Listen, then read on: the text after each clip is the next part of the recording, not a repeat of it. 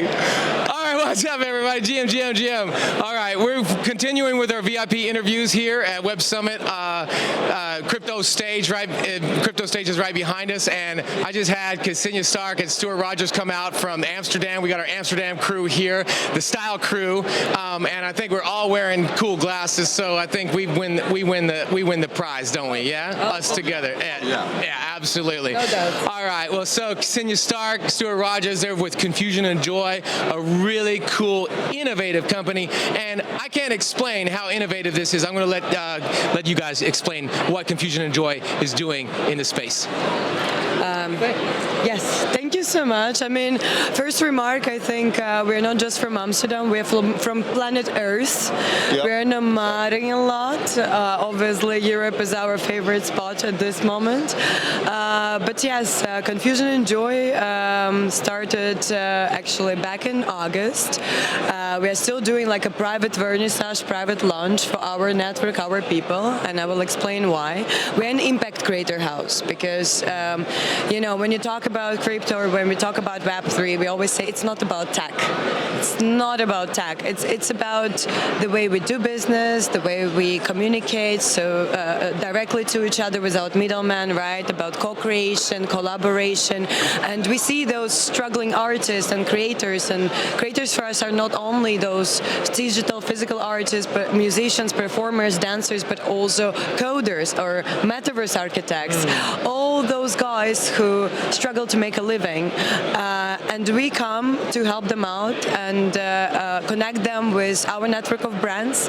So basically leveraging our community, build communities for the brands, incorporate artists, and another pillar is an impact, because business for business doesn't work anymore. We need to think of how do we solve social, environmental issues, and I think I'll take over, otherwise I talk. Absolutely, yeah. I mean, here's the thing. You know this phrase that everyone loves to attribute to Einstein. He didn't actually say it, but you know, insanity is doing the same thing over and over again and expecting different results, right? So why would we take everything that happened in Web 2, like spending $1 to get $2 back, programmatic advertising, you know, banners. Oh my God, banners! You remember banners? Still exist. Right? Sponsored articles, newsletter inserts. Like, why would we take all of that and just do that again, but do it in the metaverse or do it with an NFT, or right? Why? This is our chance to rip it up and start again. We have, you know, blockchain is really something. I don't want blockchain people to talk about blockchain anymore. Like I said on stage, on the crypto stage, it's like Uber didn't launch by saying, "Hey, look at my latest Kotlin technology project." It's JavaScript. Right? It's JavaScript. Right? What they did is they said, if you type in an address and press a button, a car turns up. We charge a credit card, and it's cheaper than a taxi. It's the utility, right? But whatever is the technology they use to deliver that is the most appropriate technology at the time to deliver that. What we need to do is we need to change the game. It's like a challenge to everyone out there in the Web3 world. Let's talk about collaboration, cooperation, co-creation, community.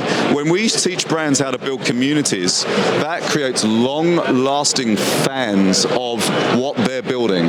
It gives them the ability to get feedback on what they're building, build something better for their community. Yeah. It gives them raving fans who will go and advocate for you without being asked. You don't have to go and do, oh, you know, if you invite 10 friends, we'll give you $50. That's bullshit. That's Web 2. Web 3 is about taking that old family grocer where they knew you and you knew them and you knew each other's families and they knew you had a wonky knee and they asked you about it and they stored your favorite under the counter because they knew you were coming in that day, and doing that at scale. And then whatever we want to do, like activations, events, experiences, we do that with the most appropriate technology for that. And now we've got these amazing immersive technologies we can do that with. Metaverse, right, is a great technology, but let's connect metaverse with physical. Let's make it accessible to people. Let's make it easy. Cool. All right, now that's amazing. So what you see is Confusion and Joy is actually not so confusing. It's collaborative, community, creativity, and there's one more element that I just noticed that I'm not hearing enough of is critical thinking. So they were critical thinking about Web 2 and saying, well, we need to rip up the old system, right? Well, as you know, I mean, one of the people in their crew asked me, well, what are you a doctor of? Well, I'm a doctor of education, but I actually did rip up my own PhD on stage and fractionalized it as an NFT, and then I burned it at the NFT NYC earlier this year. So I burned it. Awesome. And so that's the kind of thing that they were talking about, is like, you can't just adapt the old system and bring on the banners into Web3 and say, oh, this is Web3. You got to actually pull in the communities. You got to pull in the people to be co-creators, collaborators, and then something that you mentioned, Ksenia, is impact. Yeah. Now, my doctorate was in social innovation, so we're talking about impact, and I'm also the host of CryptoMondays Green podcast, which we just filmed one here with the U.S. ambassador to Brazil. Is that green or green? Oh yeah, it's both kind of green, baby. But we're talking about regeneration green as well. Yeah, so we're not just talking about the green and the green, but we're also talking about the green.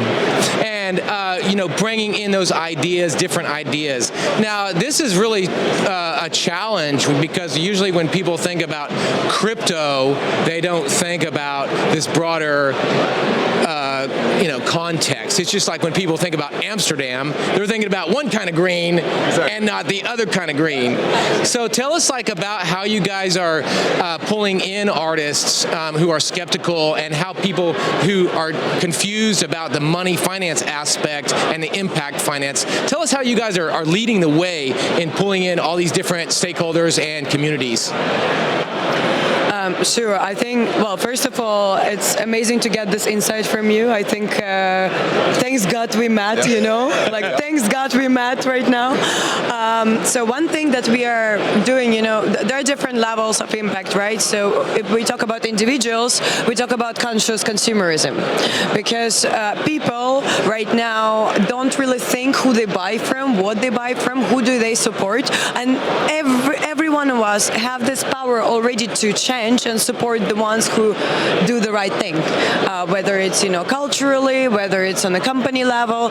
So conscious consumerism should come more for people to kind of make conscious choices. At the same time, artists always are for the impact. Every artist, whether it's again digital artist, physical, a musician, they always have some certain mission. They have a message that they want to deliver, and obviously, a lot of it revolving around diversity, equity, and inclusion, or environmental, so human rights as well. So this I receive that we advocate more, because that's where we see problems are happening. That's what we are missing. Like how we can make our society more holistic, bringing humanity together, but at the same time taking care of our environment.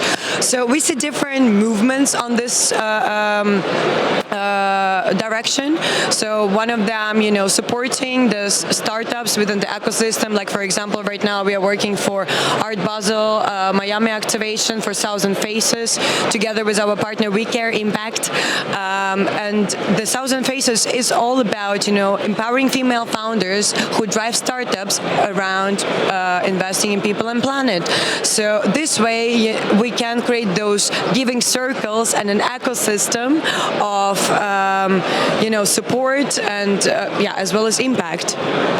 And for those people who are big fans of late-stage capitalism, and you think this is all sort of tree-huggy, hippie Burning Man shit, let me explain to you how this works from a corporate standpoint. Right now, we have a lot of corporations that spend their corporate social responsibility budget just to get a tax break. That's such a weak game. That's so poor, right? That is really not thinking ahead and thinking about what the impact is.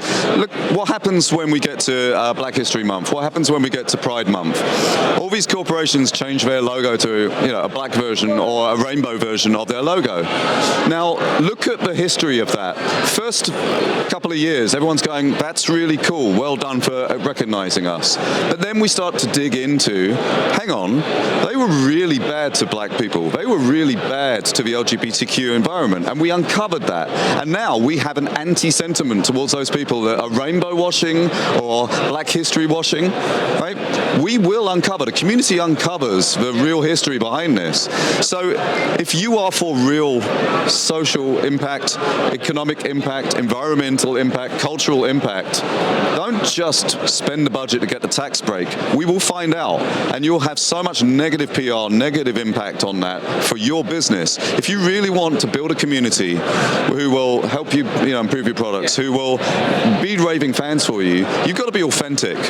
And so this is another challenge to all the corporations. If you want to make impact, we're the people to talk to about that, and it's going to feed your late-stage capitalism dreams as you go forward, because people will want to come to you, not to the others that are faking it. Yeah. So there's a big move and idea of authenticity, but it's kind of inauthentic to say be authentic, isn't it? It's kind of a contradiction. Let's look authentic and act authentic, but we're really not. Well, you both are known, and what you're doing is known in the crypto community, in the global Web3 community, and in again looking at holistic solutions and ways of being, things like that. First of all, I'd like to say shout out to 305. I'm a Miami Beach native myself, so I love Miami. Shout out to Scarlett and all our and Julie and all of our Crypto Mondays Miami, Crypto Mondays Fort Lauderdale down there. We have a yacht that we do Crypto Mondays down there. So I'm sure for Art Basel, you guys are invited as our VIP guests. We'd love to have you down there, and excited at what you're doing. So the next place we're going to find you is in my hometown in the 305. Yeah? Oh, hell yeah. Yeah? Okay, good. We're gonna find you down there. Now, if somebody is saying, "Oh wow, I love what these guys are doing. They're on the right track. I love the vibe, the energy. They're really authentic." Really authentic. I guess I don't know. That's a contradiction. But in any case, how does somebody get a hold of you and start to work with you and look at how they can make this broader impact and stuff like this? Tell us how we can just engage with Confusion and Joy. Well, I think the easiest way is always to find us. We are at all the social platforms. I mean, mostly LinkedIn and Instagram, I would say. But confusionandjoy.com, you can submit or dominate your details, and we will thank you for obeying. So Cool. Right. And how long are you in Lisbon?